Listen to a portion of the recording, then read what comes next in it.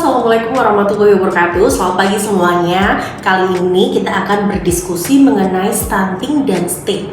Nah, apa ya kira-kira hubungannya? Kali ini saya akan berbagi bagaimana sih pembelajaran STEAM bisa berperan dalam mencegah stunting dalam anak usia ini. Nah, kali ini kita akan ngobrolin sesuatu yang seru banget, tetapi belum banyak diangkat. Bagaimana sih peran pembelajaran STEAM dalam pencegahan stunting pada anak usia ini? Ya betul, STEAM, Science, Technology, Engineering, Art, and Math. Nah, kita mulai dari awalnya dulu ya. Stunting ini adalah kondisi gagal tumbuh pada anak-anak akibat kekurangan gizi kronis, terutama di 1000 hari awal kehidupan. Peran STEAM dalam stimulasi anak usia ini. Nah, pembelajaran STEAM ini sendiri adalah pembelajaran yang memadukan eksplorasi, kreativitas, berpikir kritis, dan juga pemecahan masalah.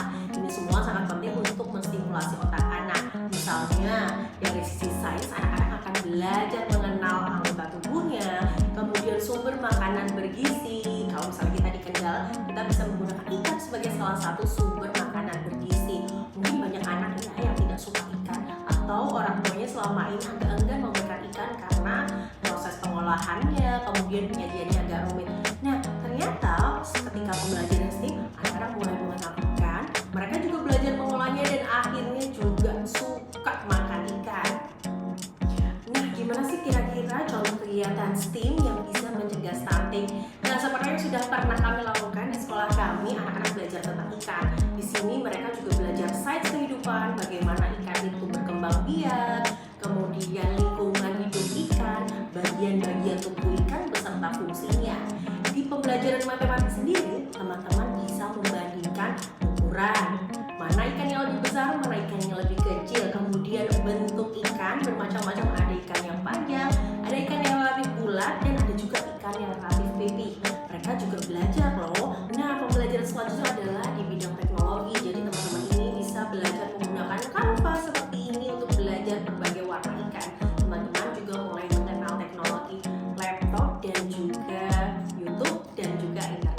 Nah, yang tidak kalah serunya di bidang art atau seni, teman-teman bisa membuat bentuk ikan, kemudian membuat kolam ikan, dan teman-temannya menggunakan muspark. Muspark yang kami gunakan antara lain adalah bentuk botol, berbagai jenis biji, berbagai jenis daun, apa saja yang bisa teman-teman temui di lingkungan sekitar. Itu adalah sumber belajar yang menyenangkan dan mengasah kreativitas anak-anak. Salah satu bagian yang menarik dalam pembelajaran STEAM dalam holistik integratif adalah anak-anak belajar mengolah ikan. Waktu itu kami membuat hidangan ikan goreng, mulai dari menggorengnya dan juga menyajikannya dan makan bersama, dilengkapi dengan sayur. Yang kedua, kami membuat bola-bola ikan teri yang itu menjadi favorit anak-anak.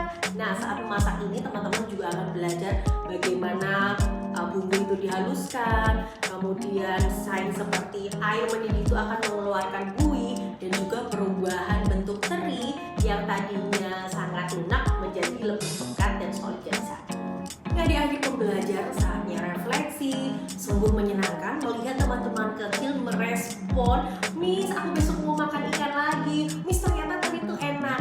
Nah, pembelajaran yang bermakna dan juga menyenangkan seperti ini adalah pembelajaran yang akan dikenang seumur hidup, dan senang banget karena teman-teman kecil ini akhirnya doyan makan ikan. Bahkan beberapa orang tua memberikan testimoni kalau di rumah teman-teman kecil ini selalu meminta lauk ikan. Dalam PAUD holistik integratif dan pembelajaran STEAM ini, kamu tidak bisa berdiri sendiri. Peran guru sebagai fasilitator sangat penting, tapi jangan lupa bahwa kolaborasi dengan orang tua juga kunci keberhasilannya. Guru bisa memberikan inspirasi kegiatan yang bisa dilanjutkan di rumah, dan orang tua juga diharapkan mampu memberikan stimulasi lewat rutinitas harian dan apresiasi hasil belajar anak di sekolah. Misalnya orang tua mau membuatkan hidangan ikan, menanyakan bagaimana rasa ikan, dan juga bagaimana sih keseruan belajar di hari ini.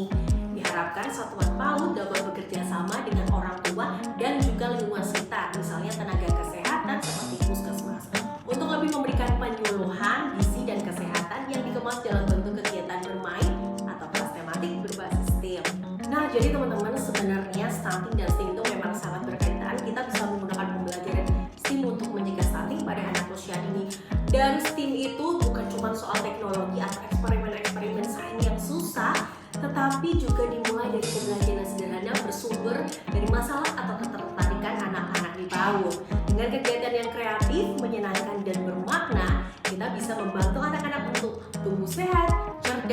siap menghadapi masa depan.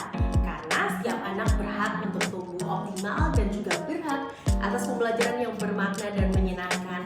Terima kasih sudah menyimak episode kali ini. Sampai jumpa di kesempatan yang lebih baik dan selalu semangat untuk belajar menjadi orang tua dan pendidik PAUD yang luar biasa. Wassalamualaikum warahmatullahi wabarakatuh.